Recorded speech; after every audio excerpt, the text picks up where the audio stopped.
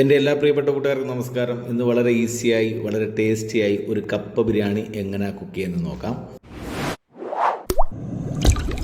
കപ്പ ബിരിയാണിക്ക് പ്രധാനമായിട്ട് വേണ്ടത് കുറച്ച് തേങ്ങാക്കൊത്താണ്. അതിനുവേണ്ടി ഉണക്കത്തേങ്ങ ഇല്ല, അതുകൊണ്ട് ഒരു പച്ചത്തേങ്ങ ഇതുപോലെ സ്റ്റൗവിൽ വെച്ചിട്ട് നന്നായിട്ടൊന്ന് ചൂടാക്കി കഴിഞ്ഞാൽ ഇതേപോലെ തേങ്ങ നമുക്ക് ഇളകി വരും. അത് ചെറിയ കഷ്ണങ്ങളാക്കി നുറുക്കിയെടുത്തിട്ട് മാറ്റി വെക്കണം. ഇനി കപ്പ എടുത്ത് ചെറിയ കഷ്ണങ്ങളാക്കി, ഞങ്ങളുടെ നാട്ടിൽ മരച്ചീനി എന്നാണ് പറയുന്നത്, മരച്ചീനി ചെറിയ കഷ്ണങ്ങളാക്കി ഉപ്പും മഞ്ഞളും ഇട്ട് വേവിച്ച് വെക്കുക. കപ്പ ബിരിയാണി തയ്യാറാക്കാൻ ഏറ്റവും സൂപ്പർ ബീഫാണ്. പോത്തിറച്ചി കിട്ടിയാൽ വളരെ നല്ലത്.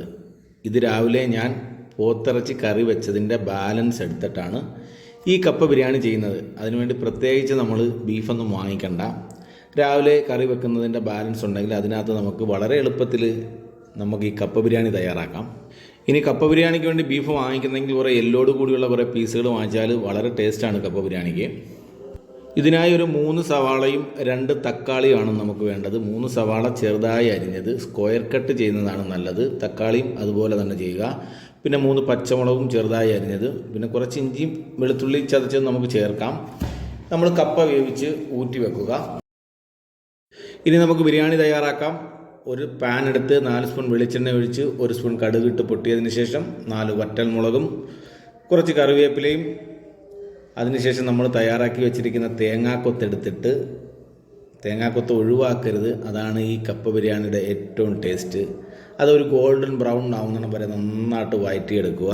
അതിനുശേഷം നമ്മൾ തയ്യാറാക്കി വെച്ചിരിക്കുന്ന തക്കാളി, സവാള, പച്ചമുളക് ഇതെല്ലാം കൂടി ഇട്ട് നന്നായി കൂട്ടി യോജിപ്പിച്ച്, അതും ഒരു പകുതി വെന്താൽ മതി, ഒരുപാട് വേവുണ്ടാവും സവാളയൊന്നും.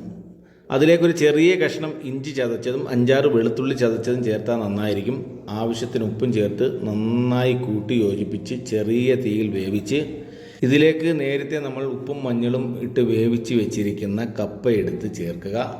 ഇതെല്ലാം കൂടി നന്നായി കൂട്ടി യോജിപ്പിച്ച് കുറച്ച് സമയം ചെറിയ തീയിൽ വെക്കുക. ഈ സമയത്ത് നമുക്ക് വേണമെങ്കിൽ കപ്പ കഴിക്കാം, നല്ല ടേസ്റ്റാണ്.